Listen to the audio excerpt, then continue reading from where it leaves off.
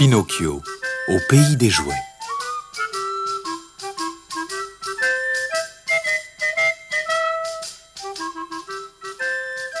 Pinocchio avait été très sage pendant un an. Si sage que la fée lui annonça que son désir serait exaucé. Le lendemain, il deviendrait enfin un vrai petit garçon. La fée ajouta: « Cela vaut la peine d'organiser une fête. Cours vite inviter tous tes amis, mais ne traîne pas et rentre avant la nuit. »« Je serai à l'heure, promis !» cria le petit pantin, et il bondit dehors, sautant et dansant sur le chemin. Pinocchio alla de porte en porte. Tous ses amis promirent de venir, mais son meilleur ami, un galopin paresseux que l'on appelait Lumignon parce qu'il était tout maigre, restait introuvable. Pinocchio le chercha partout. Il fit 3 fois toutes les rues de long en large et finalement le trouva assis juste à la sortie du village. « Que fais-tu ici ?» demanda-t-il. « J'attends une voiture qui doit passer ici à la tombée de la nuit et m'emmener dans le plus beau pays du monde, au pays des jouets. »« Mais je suis venu t'inviter à ma fête. À minuit, je vais devenir un vrai petit garçon. Tu m'entends ?»« Grand bien te fasse !» se moqua Lumignon. « Écoute, oublie cette fête stupide et viens avec moi au pays des jouets. C'est le meilleur endroit du monde. Pas d'école, pas de maître.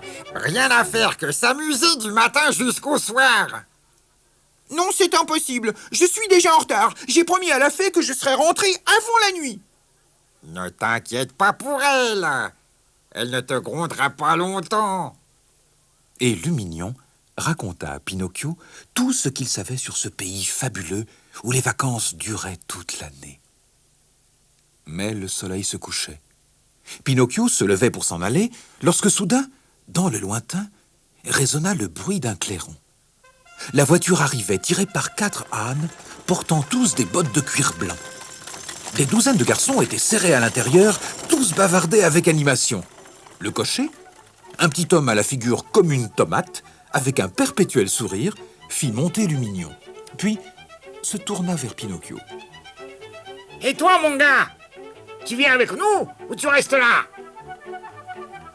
Il faut que je rentre, monsieur. Je suis déjà en retard. La fée sera fâchée. »« Non, non, viens avec nous au pays des jouets !»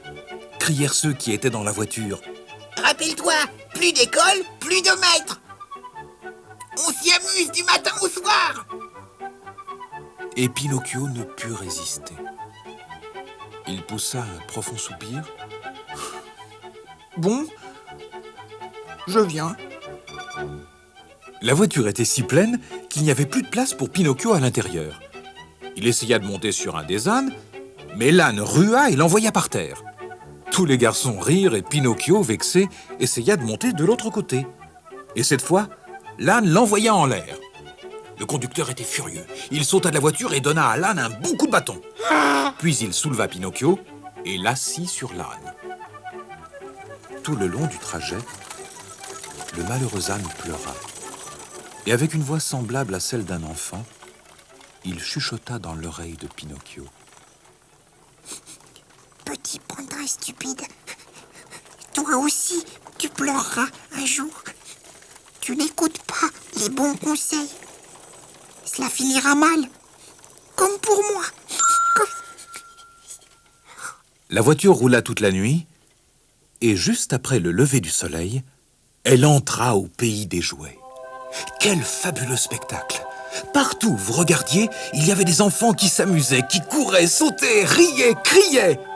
Les uns jouaient à la balle, d'autres faisaient du patin à roulettes ou de la bicyclette. Certains étaient déguisés en soldats, d'autres en clowns. Il y avait des terrains de jeu, des manèges, des théâtres.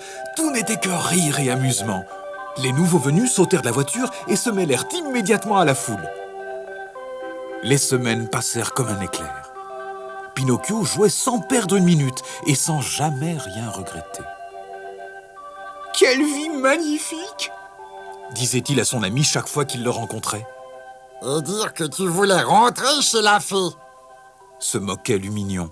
« C'est grâce à mes conseils que tu es là, hein ?» Mais un matin, après des mois de bonheur, Pinocchio eut au réveil le pire choc de son existence. Ses oreilles étaient devenues longues et velues, tout à fait comme celles d'un âne. Le pauvre petit pantin se mit à pleurer de honte et se cogna la tête contre les murs. Mais plus il pleurait, plus ses oreilles poussaient. Finalement, désespéré, il s'enfonça un long bonnet sur la tête pour cacher ses oreilles et se précipita à la recherche de Lumignon. D'abord, celui-ci ne voulut pas le laisser entrer. Finalement, la porte s'ouvrit doucement.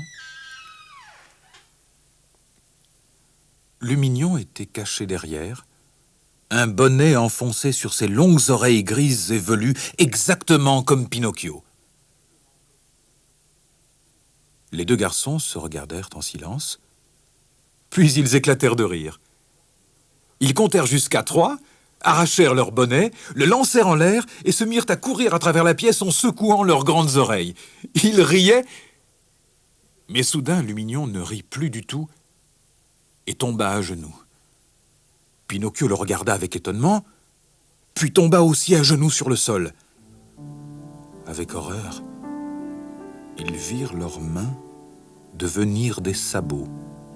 Leurs visages s'étiraient en museau et leurs corps se couvrirent d'une épaisse fourrure grise tachée de noir. Et pire que tout, il leur poussa une queue. Alors, on frappa violemment à la porte et une voix cria « Je viens vous chercher! Vous, les ânes, vous m'appartenez! » Un homme, le cocher de la voiture qui les avait amenés au pays des jouets, ouvrit la porte d'un coup de pied. Il leur passa une bride autour du cou et alla les vendre au marché. Lumignon fut acheté par un fermier dont l'âne était mort la veille. Pinocchio fut vendu à un cirque. Le directeur n'était pas un homme cruel, mais il ne supportait aucune contradiction. Lorsque Pinocchio refusa de manger du foin, il lui donna un coup de fouet.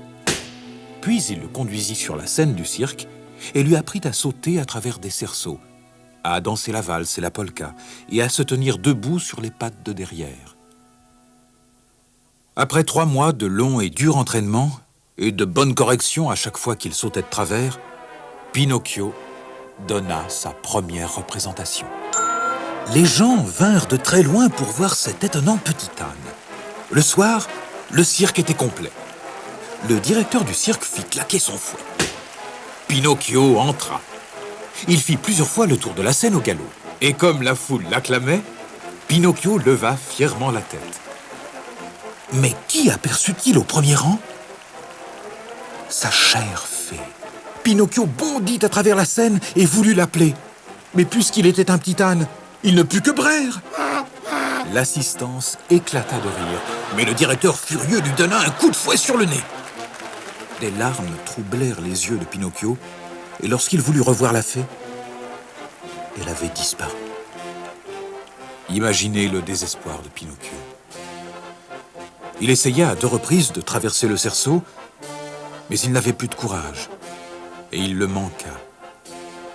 Au 3e essai, il tomba si durement qu'il se fit mal à une patte.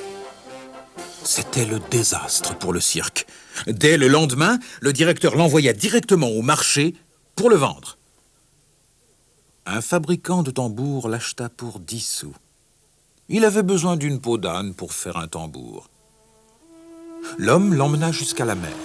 Là, il lui attacha une corde autour du museau et le poussa à l'eau pour le noyer. Puis il s'assit sur un rocher et attendit patiemment. Au bout d'une demi-heure, le fabricant de tambours pensa que l'âne était sûrement mort. Mais quand il tira sur la corde, il sortit de l'eau Pinocchio qui se tortillait comme une anguille. Le pauvre homme n'en croyait pas ses yeux. Il avait jeté un âne à l'eau et il en sortait un pantin. « Où est mon âne ?» hurla-t-il. « C'est moi !» répondit Pinocchio en riant. « Les poissons m'ont dévoré jusqu'à l'os. Je veux dire, jusqu'au bois. Ils n'ont laissé que le pantin que je suis. C'est sûrement la fée qui les a envoyés à mon secours. » Puis, d'un air coquin, il fit glisser la corde enroulée autour de son nez et plongea dans la mer. Pinocchio était sain et sauf et libre de nouveau.